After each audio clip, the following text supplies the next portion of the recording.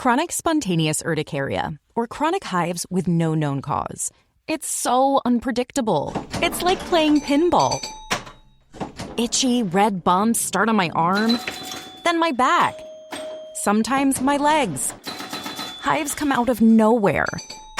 And it comes and goes. But I just found out about a treatment option at treatmyhives.com. Take that, chronic hives. Learn more at treatmyhives.com.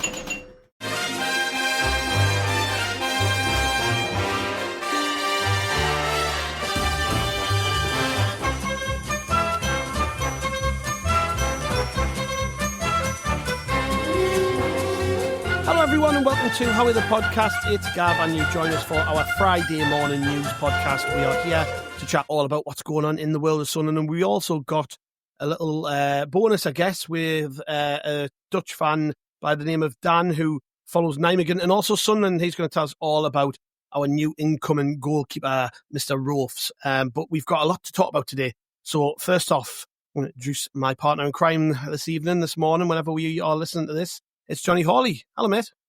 All right, Gav.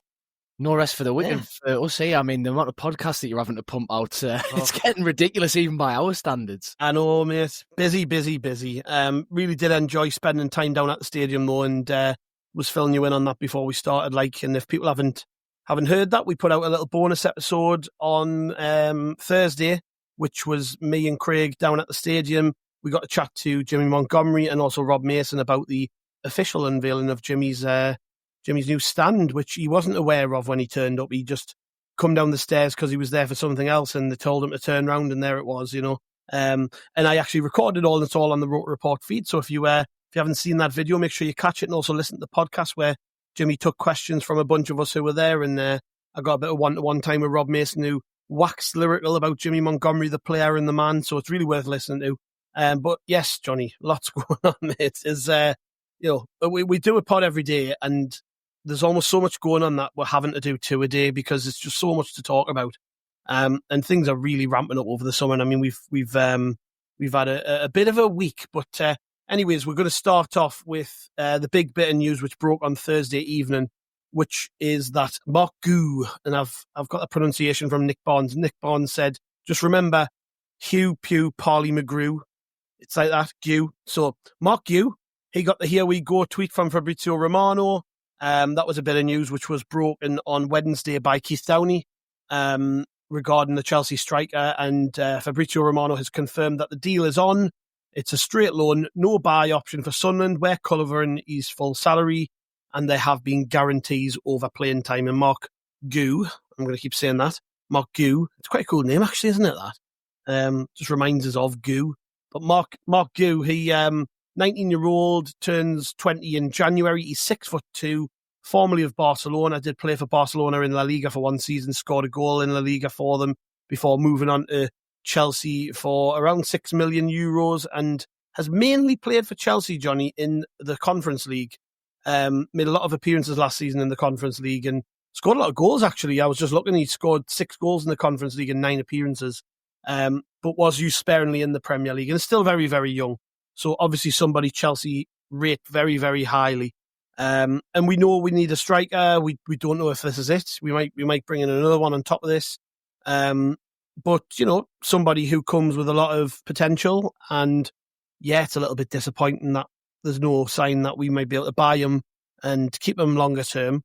But for the here and now, for this coming season, we've got a young man who clearly has a lot about him. And, maybe not the same excitement come with this one that you get from a 20 or 30 million pound signing, but we occasionally do have to remind ourselves they're not all going to be like that, right? So we have to sign some players for a little bit less. But what do you think? Are you excited about this one or what? I mean, it's like I say, it's not a massive signing this, but still one that does tickle the taste buds a little bit. Yeah, excited might be a little bit of a stretch. I'm not jumping out my chair and throwing my arms in the air for joy, like, when we signed Xhaka. It's a slightly different level of deal. But I do think it makes a lot of sense. You've touched on it already there. We'll have a finite amount of money that we can spend. And obviously that'll all be budgeted and discussed behind the scenes. And if you can stretch that as much as possible by bringing in a few of these type of deals where it's either just like a loan deal like this, where we're just covering the wages, or, you know, some cheaper free transfers, those kind of bargain type signings, then that's generally only going to be a good thing, because it means you've got more money to spend on. For us, it'll be centre-backs, you know, be what people are thinking about, where they want that money to be kind of splashed a bit more. Certainly, I think that needs to be the next priority, but it just plugs a gap, doesn't it, in the team that could have opened up otherwise, because like, I back Isidore and Mayenda to score goals this season. I think they've both, you know, they've proven that they know where the net is. Isidore in particular is such an instinctive finisher. All he needs is to just get a chance sort of in and around the box, and he'll be dangerous at any level. You know, I'm not saying they're going to get 20 goals each, but I think between them they'll chip in enough. And then if Guiu can come in and you know, offer us something a little bit different as well, possibly different type of profile of player to both Mayenda and Isidore, so it makes us a bit more of a well-rounded threat, I suppose, going forward, which you're going to need in a long season in the Premier League, where you're going to have to adapt to the way that different teams are going to play, and you need to be able to do that, you know, during a game and between games. So the more options you've got, I think that, you know, the better equipped you are. So, and he's obviously got pedigree, because like you say, he's played goals in Europe and scored, you know, got a good record for Chelsea there. And you don't go to Barcelona and Chelsea if you're completely shit, do you? So he must be all right. Yeah, I'm actually, you know, I've seen a few people and heard a few people say, oh, you know, the last striker we got on loan for Chelsea, though, you know, and I'm like, it's not even remotely the same. You know, Mason Burstow was in Charlton's academy. Marc Guiu was in Barcelona's academy. They're not even remotely similar. But that's just the typical Sunderland fan, isn't it? You know, the mentality, well, you know, it's just every striker we ever get on loan from Chelsea is bound to be shit because Mason Burstow was. Yeah, if that was the case, all we need to do is just keep loaning right wingers from Man United for the rest of the time. We'll just keep being class. Yeah. But no, I agree with you. I think he's going to give us something a little bit different, and that's important. I do think that we prefer a forward who can play wide too, and I'm still expecting that to happen. I'm still expecting us to bring in that profile of player, you know, similar to that Loriente type player that we nearly signed. You know, Isidore and Mayenda are certainly that type of forward who can also play in a two or play wide. So, you know, I'm expecting us probably to still bring in that type of player. But there are going to be occasions when we need somebody who can just hold it up, somebody we can hit. And I read something where it was mentioned when he was at Barcelona that he worked a lot with Robert Lewandowski, because they're very similar profile of player in terms of the build and the way that they play. And he learned quite a lot from him. So that's promising, because, you know, if he's even half the player that Robert Lewandowski's been in his career, we might have somebody half decent on our hands. But I'll just go back to something I said to you at the top there. Not every signing is going to be for big money. We are going to sign a handful of players who are just going to come in on loan, and we're going to help develop them, but also we're going to build our squad out with them. And we've got to remember, you know, that if we were, let's say, prioritising that striker position with our funds, we would then possibly be taking funds away from other positions where we need players. So if we can bring in somebody who's of the ability that we want, but isn't our player, it's not a big deal. It's not a massive deal. And I'm more than happy with this one. I think he's the kind of profile I'd expect. You know, we went out in January and got Jayden Danns, and, you know, we all know what happened there with injuries and stuff. But had Jayden Danns not had the issue with his back that turned up on his medical, Jayden Danns would have probably played a lot of football for us. Yeah. And again, very different profile of striker to the ones that we already had in Mayenda and Isidore. So I get this. I think the club clearly think that they can get more out of Mayenda and Isidore in the top flight. But they also know you can't just go out and spend 25 million on a striker this summer, because if we do, we're pushing them down the pecking order. And particularly Mayenda is somebody who the club think very, very highly of and think that he can play at the top level. So, yeah, no qualms from me with this one. And look, if we get towards the end of August and people are still thinking we need another striker, there's going to still be that option to do it. So yeah, a bit of business I'm not going to sort of stress over. It's the sort of signing that we've made a lot of over the past sort of 10 to 15 years, really. And a lot of the time we've got great value out of these type of players. Johnny Evans a couple of times, Danny Welbeck, Danny Rose. I know Marcus Alonso, we didn't loan him from a Premier League team at the time, but a similar type of move there as well. Yeah, I'd played in the Premier League not long before, though. Yeah, exactly. And obviously, Ahmad, Fabio Barini, like, these are the kind of signings where the risk is minimal and the potential upsides are actually pretty big, because let's say he's not quite at it and he's not exactly what we need, or he doesn't gel, but he can still cover 10, 15, 20 appearances worth of the season, allow us to rotate, give lads a rest, see games out, then great, and he's not cost much. But on the flip side, he might hit the ground running, come in and get 15 goals, and then we're all saying, well, what a bloody brilliant bit of business that was. You'd be talking 50 million plus to sign a guaranteed 15 goal a season striker in the Premier League. So, you never know. He might flop, but even if he does, it's nothing ventured, nothing gained, really. Yeah. Moving along slightly then, another player who we've been linked with, and this one's got my head done in a bit because there've been so many different angles on this story today that I'm kind of expecting us to know sooner rather than later what the truth is. But Jhon Lucumi, the Bologna defender, Colombian international, 27-year-old, somebody we've talked about a few times now over recent weeks. He's been linked for a while. Clearly that interest is concrete. Sunderland want to sign him. The Bologna chairman has spoken and said it's not immediately feasible right now to renew his contract because he had been asked whether or not Bologna would look to do that, but he did say maybe after the window shuts. So that's not exactly a resounding yes from him. And Gazzetta dello Sport in Italy have said Sunderland have offered nearly 25 million euros, and that would be very difficult for Bologna to turn down.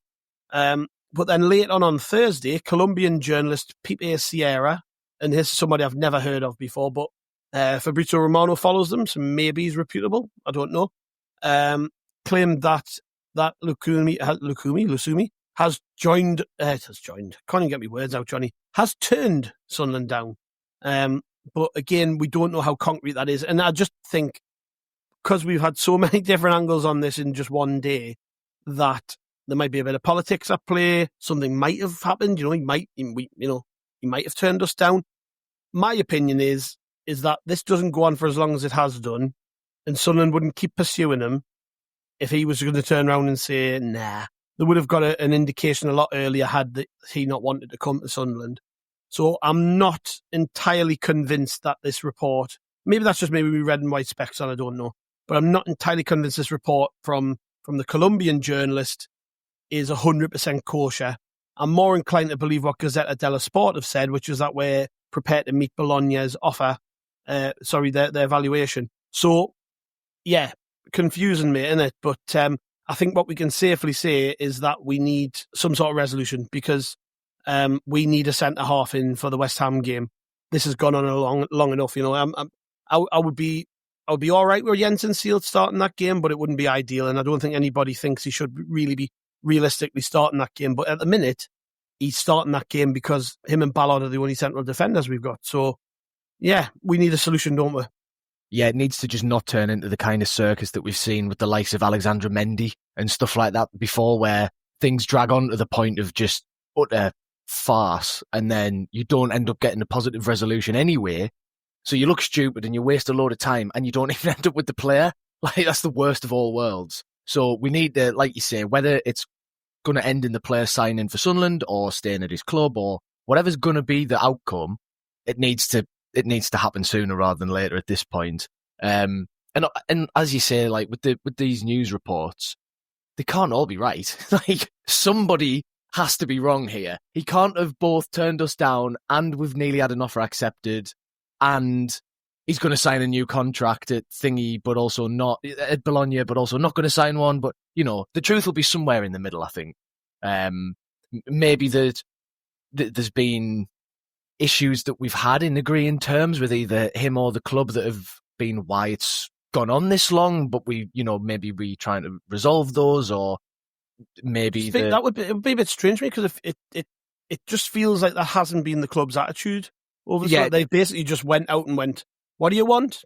There hasn't been many reports of us like lowballing people and things like that. So yeah, I'd be more surprised. I'd be more inclined to believe that it's just more issues with us trying to haggle the exact details of the fee and the financial stuff with the club, more than anything else. Like you said, the player, by this point, we'd know if he wanted to come, and he wouldn't have pursued him this long. But yeah, it's just one of those. It needs to be resolved. Because like you say, the West Ham game, it's not very far away.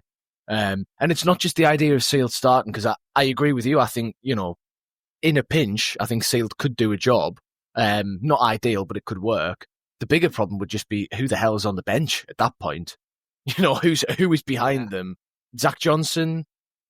That's about it in terms of actual centre halves. I mean, Triantis sort of, but he's not really a centre back anymore. And it's just we've seen it in pre-season, haven't we? Some of the 11s have been quite strong and look quite good in patches, but a lot of the benches, you've looked at them and thought, like, wow, if we're naming benches anywhere near this in the Premier League, we'll be in for a bit of bother as the season progresses. So, yeah, hopefully, whether it ends up being Lucumi or somebody else, we need a body in. But I think this will end up with us getting the player in the end. I do too. I'm being positive with this one. I just think if the club hadn't been given indications from the player and his agent that he was up for this, we would have walked away from this weeks ago. So let's see. But if the Colombian journalist is correct and he's turned us down, we'll move on quickly. We've already done that with other players. You look at who we're about to talk about next, Robin Roefs. He's obviously not the first choice on the list that we had, but we've ended up getting him because of X, Y, and Z. We've just moved on, and that's it. You need to have multiple options for these positions, and let's just see. I'm like you though. I'm confident.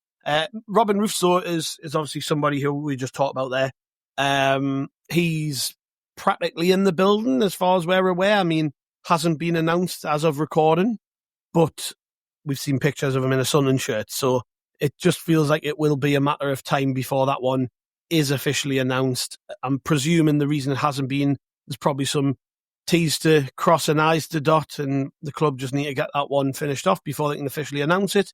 But the NEC Nijmegen financial backer Marcel Burghuhn, and I think that's how you say it, has been talking about the deal and has spoke with glee about the fact that they've put this deal together and they've got it over the line, because this is a massive amount of money for that football club. So they're really, really happy with the fact that they've getting a big fee for such a young player, because it's not something that typically happens for them. And look, I'm excited about this one. I don't know about you, Johnny. I'm just looking forward to seeing it. I like when we get new goalkeepers. We've got a good record with keepers, haven't we? Bar that one season we want to not talk about ever again in the Championship, when we had Steele, Camp and Reuter. We've generally done well with goalkeepers, even in League One. We've had all right keepers, so we generally do quite well with them. I like to think that this guy's going to be able to come in and really prove himself, particularly when you look at his pedigree, and his pedigree as a youth player, and the fact he's really burst onto the scene and stuff. But yeah, just quickly before I actually bring in the interview that I did with Dan, who is our correspondent over in Nijmegen, who is also a Sunderland fan. Just grab your thoughts. What do you make of all this, then, the fact that this deal has been done so quickly, really, and that we've got a goalkeeper now?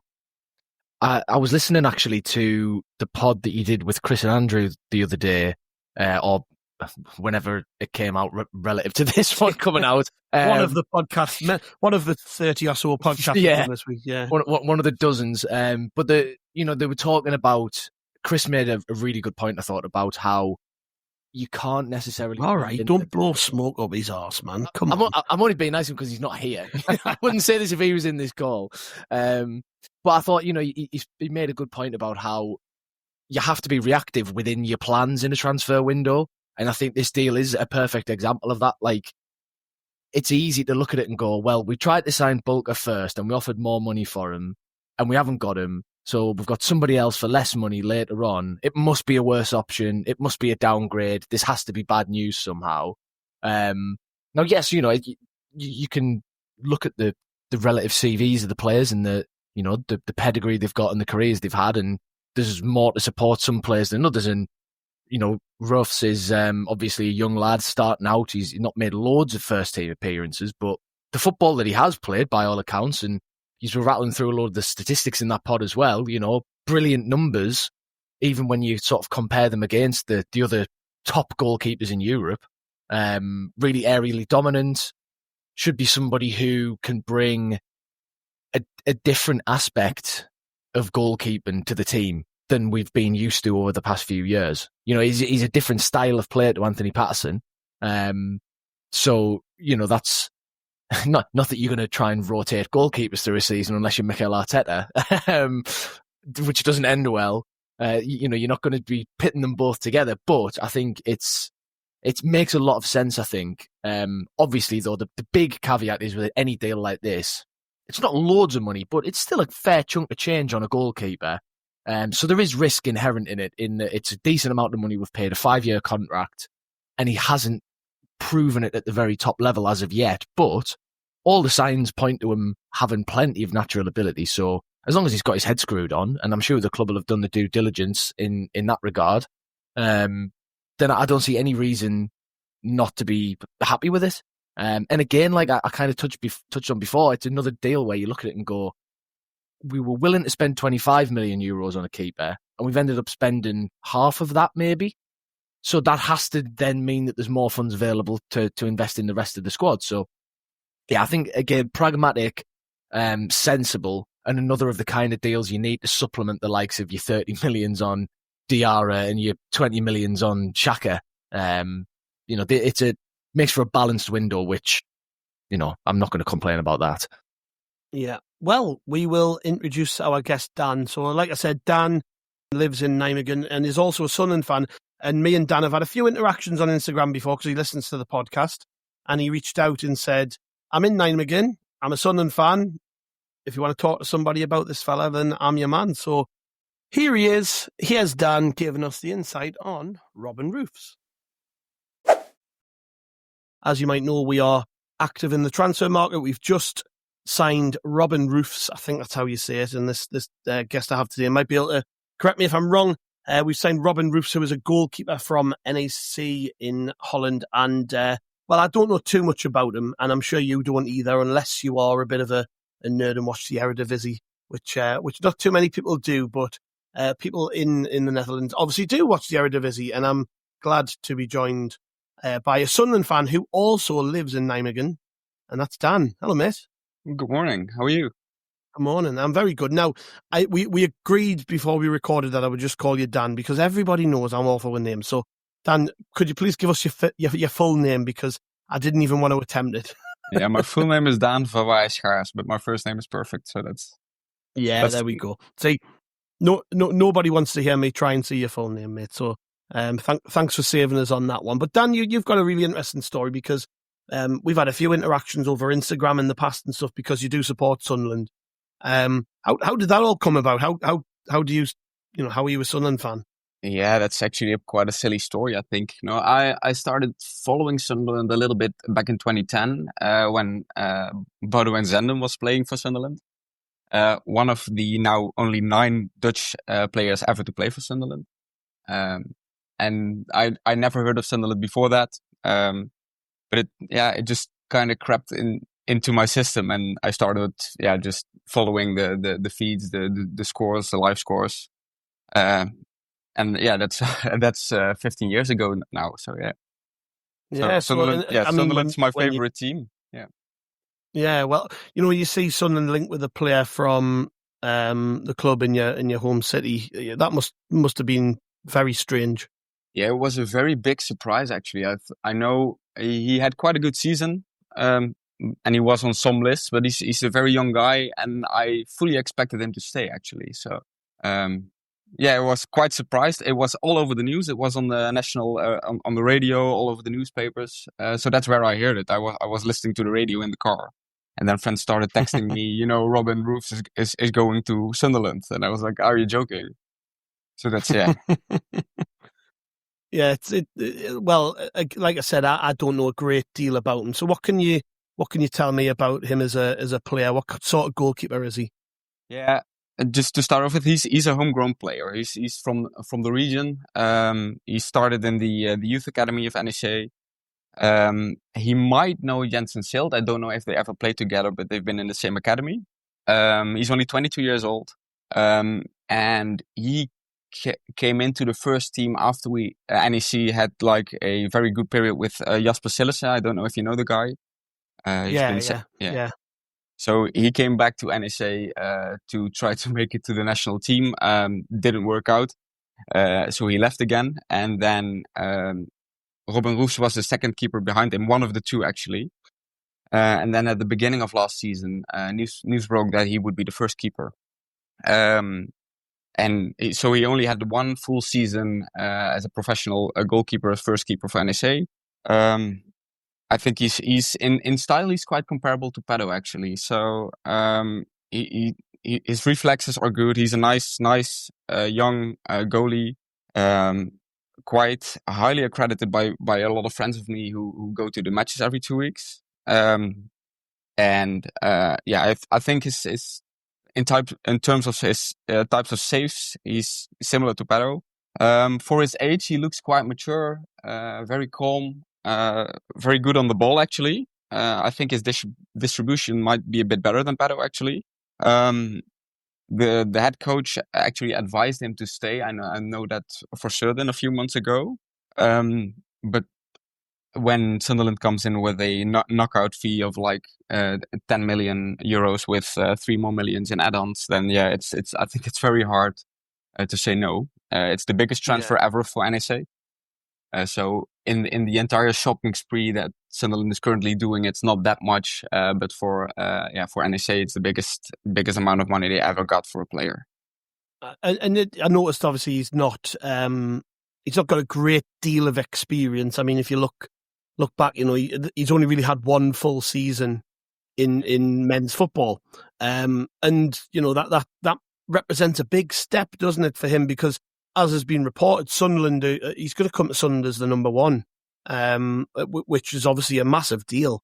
Is he? Do you think he's ready for that sort of step? I mean, I know he's kind of grabbed a lot of attention for being one of the best performing goalkeepers in Europe last season, and actually made the team of the tournament for the under-21s European Championship. So, obviously it's been quite a rise for him over just one season. Do you see him as being okay jumping into Premier League football? Personally, I'm the only downside of him is just that he doesn't have the experience. I think he has all the skills to be a very perfect first keeper. But he only lacks a lot of experience. I think he came onto the radar of Sunderland after, as you said, the under-21s European. But for me personally, I would rate him similarly to Pedro, but Pedro has a lot more experience in big games and minutes as well. Last season we were a bit spoiled with the Jasper Cillessen, but he did fine. I think he kept 12 clean sheets over 37 games, so that's quite good for a mid-table side.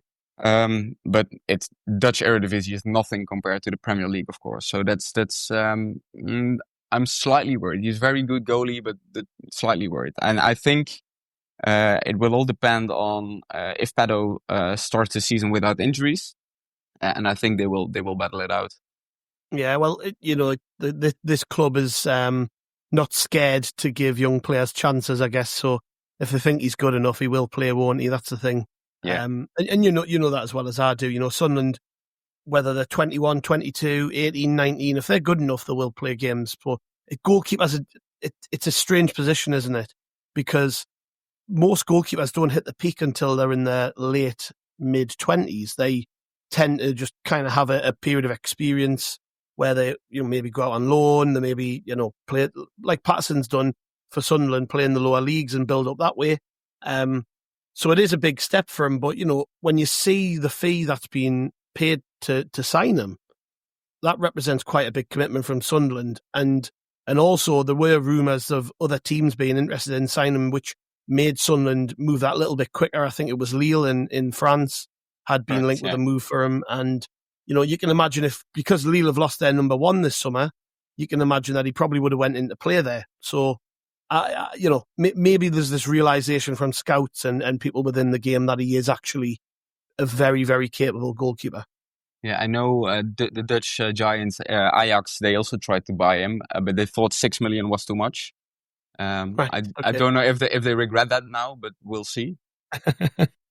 But yeah, if you bring in a player for over 10 million euros, then you're not going to loan him out, I think. And No. I think it completely depends on how the season starts, if he's going to be the number one or the number two. But at this point in his career, he just needs minutes. So I don't think he would have done it if he knows he's going to end up on the bench. Yeah. What's his sort of reputation like within the Netherlands? Then is when we talk about in England about the next up and coming players, there are 5, 6, 7 you can reel straight off the top of your head. How is he viewed by the sort of the media, the pundits, the wider footballing community in the Netherlands? Yeah, I don't think he's very famous in the Netherlands. I don't think so. But like I said, he's very calm on the ball, a cool-headed guy. And I think when you're talking to scouts and other players and people in the game, they rate him very highly. So he's one of the best young and upcoming goalies in the Netherlands, definitely. But yeah, so that's I think how most people look at him. Yeah. Right. And obviously when he comes over to Sunderland, there's going to be an expectation. Well, is he better than Anthony Patterson? Is he? And you've said they're quite similar in style, but you think about some of the areas of Patterson's game which maybe aren't so great. Maybe the distribution, the command of his area. Are these things where maybe Roefs excels? Yeah, I think his potential excels Patterson in especially those points, distribution of the ball, commanding his box. I think he has the ability to excel Pedro, but he just needs more experience. Like I said, he had a very stable season. It started off with a few small stinkers, but he especially the second half of the season, he got much better. And yeah, just a very good goalie. Yeah. How's this gone down with Nijmegen fans? Of how would they feel about losing such a good young player? I think overall, NEC fans we haven't been spoiled for the last decades, or I should say them. I'm not a very close follower, but they haven't been spoiled for the last few years. So we have been in the Eredivisie for the last 5 seasons. Before that, we've been stuck in the second tier for a couple of years. So we're just really happy to be a stable mid-table side there. And we also know that means that you have to sell some players sometimes. So I think most of my friends who go to games regularly are completely fine with this. They know this is happening. They think it's a lot of money. NEC is a small side, 12,000 people capacity stadium. They need the money. So it's as easy as that. And I think the current number 2 is also almost good enough for the Eredivisie, definitely, and almost at the same level, just a bit older. So there's nothing to worry there, I think. Yeah, and this one kind of came out the blue, didn't it? Like we didn't know this was coming until it was like, oh, he's in England, 5-year deal, medical today. Then a photo appears of him. I mean, I know maybe on that side of the water, maybe because he's not particularly high profile, that's maybe why that one didn't get out a little bit earlier. But you're surprised by how this just seemed to happen so quickly because, Sunderland do tend to play their cards pretty close to their chest when it comes to transfers. But this summer's been a little bit different. Everything that's came out tends to have been leaked to, high profile journalists and things like that. But this one just came out of nowhere, like totally out of left field. Yeah. I just as you guys, I've been following the news as well. And I've also seen us miss out on a few goalies already. Yeah. So I think he probably has been on a list somewhere. And I think we're now getting closer to the start of the season and there are less and less options. And I think in terms of potential, this is a very high ranking player. But he was below the other ones because of his experience. And I think they just thought, let's go for it because you never know who else will be available after this. Yeah, well, I don't know about you, but I'm quite excited about the fact that when we sign these young players, often you don't know too much about them, but you can't help but think, there's a reason why we've maybe took a gamble on this player before some of the bigger boys, And we always sign players with the idea in mind that eventually one day we'll be able to, sell them on and improve them, and, for a lot more money than we paid. And when you check his profile as a player, 6'4", big, strong guy. You see he's quite good with his feet, good shot stopper. There aren't many of those goalkeepers out there, So, the hope for him and the hope for Sunderland has to be that he can really improve here and build with the football club, I guess. Yeah, definitely. And, as well that there's already been a few instances when we thought Pedro was going to get poached by one of the bigger clubs. So I think it's always good to have a very good alternative. So in terms of that, I fully agree. Yeah. Yeah, we haven't had the best of records with Dutch goalkeepers down the years. Not that we've had too many. Robin specifically, right? Yeah, Robin Roefs and Edwin Zoetebier in the 90s was another goalkeeper who didn't really do anything at Sunderland. So, Robin Roefs will hopefully be, the first Dutch goalkeeper to come to Sunderland and really make his mark. Success. Yeah, I just hope that's a bit of negative thinking. I just hope we don't end up in the same situation as the Robin Roefs situation, where you have 3 keepers who are all but certain they are the first keeper, and I'm a little bit fearful for that. Yeah, well, the figures are a little bit different with this one, I guess. Robin Reiter came in and he was a free transfer, wasn't he? Yeah, and he was a lot older already. Yeah. Yes, correct. Yeah. No, like I say, I don't know what people listening are maybe thinking about this particular signing, but it is a little bit left field. It's a little bit different. We're not used to we're not really used to Sunderland going out and spending big fees on players, and I know it became sort of the norm over the summer, but it's still a bit strange to me. So it's even to see Sunderland spending 13.5 million euros on a goalkeeper who I've never heard of. That does unnerve me a little bit, and I guess with Roefs there is a chance there that he doesn't hit the ground running. But what do you think of his chances for the season? Do you see him becoming Sunderland's number one because for all intents and purposes that's what we're being told in the reports in the media. He will be Sunderland's number one. We don't know quite what the situation is with Anthony Patterson. I'm not fully aware of the injury status of Patterson. I just read he was injured. I don't know what's up with him. So if Pedro is injured, 100% chance Roefs will start as the number one, and if he does well, he will stay the number one, of course. If not, I think it's a 50-50 chance. Yeah. I'm just reading. There's a great piece on our website from Dan Harrison, which looks a little bit more into the statistics behind Robin Roefs, and looking at this, rates very highly in terms of saves, clean sheets. His cross stopping's fantastic. Really good when passing the ball, which is obviously a big thing these days with goalkeepers, playing out from the back and stuff. Ball recoveries, clearances, defensive actions, rates very highly in all those regards, which I guess is the big reason why he appeared even on Sunderland's radar, But how important do you see it being that he, comes into Sunderland and has to make an immediate impression, right? I mean, we just talked there about Pato's injury status. We aren't entirely sure what that is, but he hasn't played much in pre-season. So for all intents and purposes, whether he is the long-term number one or not, he's probably going to start the game on Saturday in pre-season, because we talked about this on the podcast a little recently. We basically have 2 games left, because I know there are 3, but one of them is probably going to be a second string team which travels to Germany. So we've got 2 games left at the Stadium of Light. So he hasn't got much time really to fit in, has he? He's only got that couple of weeks really to get ready before the West Ham game. Yeah, but I think of course he'll be fit and ready to go, because the season in the Netherlands already ended months ago. NEC missed out on European football or European qualifiers. So he also did the European Championships, of course, but I think he'll be ready to go. And anyhow, so that's not a big deal. And like I said, his style is similar to Pedro, so he'll fit in quite easily. It's not like they have to play completely different around him. Language barrier won't be there, I think.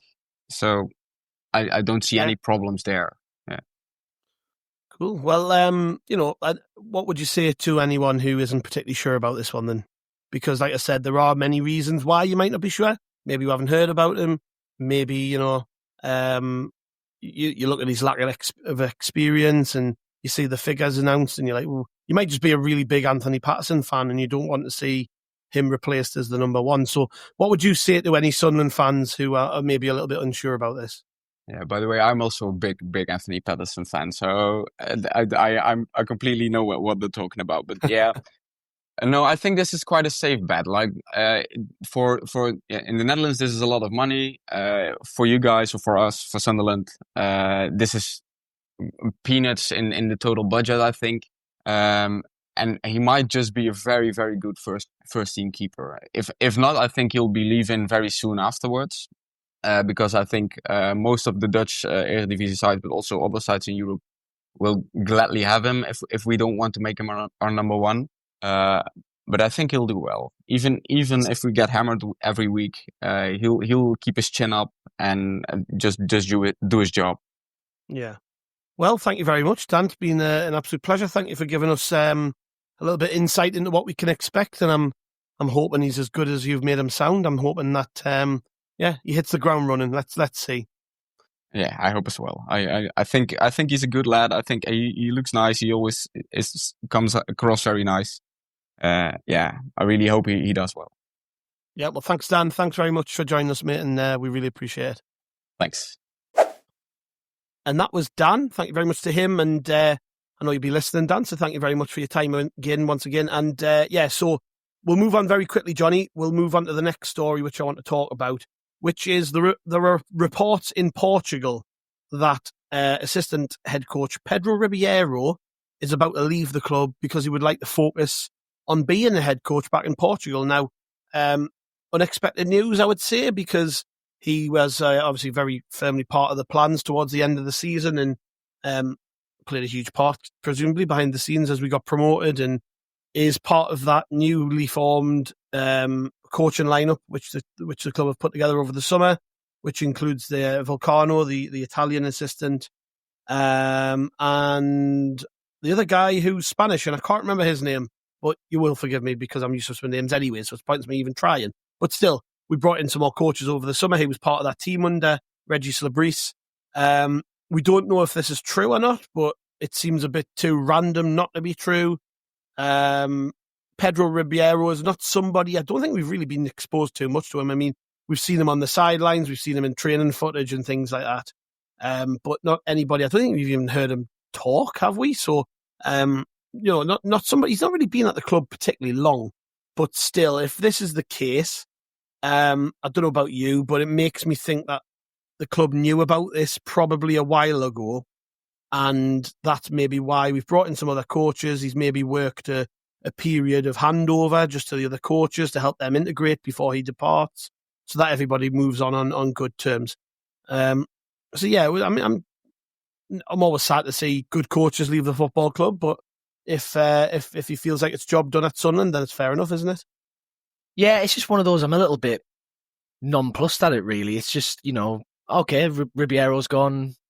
Fine. Like, it's not something that's going to move the needle, I don't think. But what it does represent is something a wider shift, I think, that we'll have to kind of, we need to get used to as a fan base, which is that the coaching staff is going to be much more of a kind of living, breathing, developing unit than it tended to be in the past.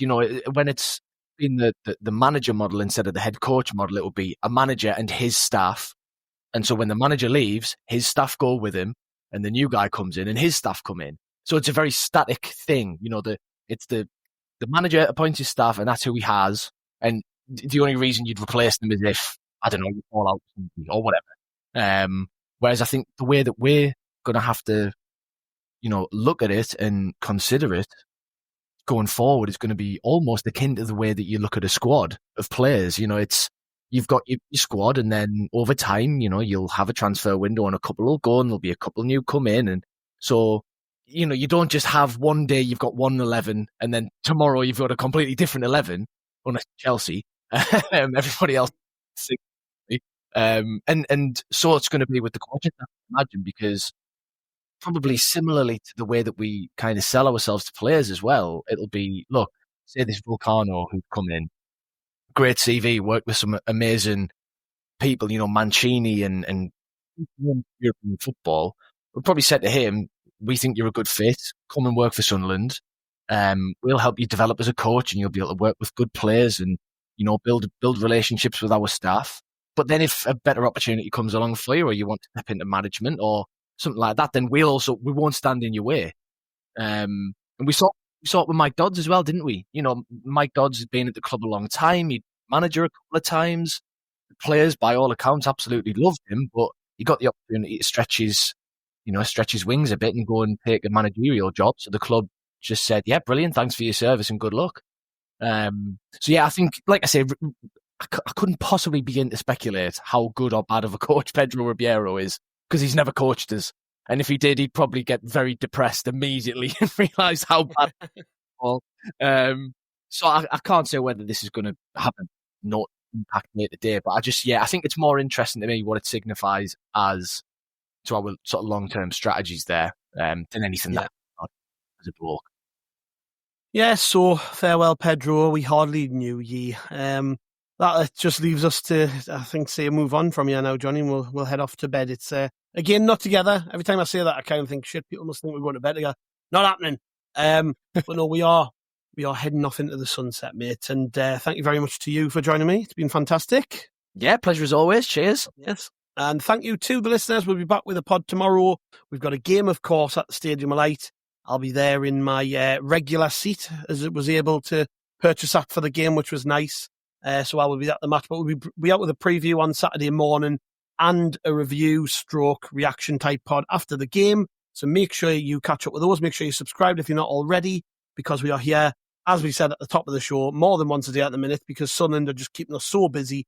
Loads to catch up on, though, from the past week. If you haven't heard some of the episodes already, we had Keith Downey on from Sky Sports, and that episode had a massive reaction online because of some of the things he talked about not just transfers and stuff, but some of the abuse he's faced as a reporter and things. And a lot of people had a lot to say about that. So one you should definitely catch up on. On Monday, there was On This Week with the lads talking about another week in Sunderland history, but there's also been all the news pods. There's been obviously the Jimmy Montgomery pod, which me and Craig did on Thursday, where we chatted to Jimmy and Rob Mason, the club historian. We've had interviews with fans about players. So there's all sorts to catch up on the feeds. If you haven't heard what we've put out this week, make sure you go back through and fill your day out with our crap, because there's lots to listen to. But yeah, just thank you very much, Johnny. Thank you to the listeners. We'll be back tomorrow. We'll see you then.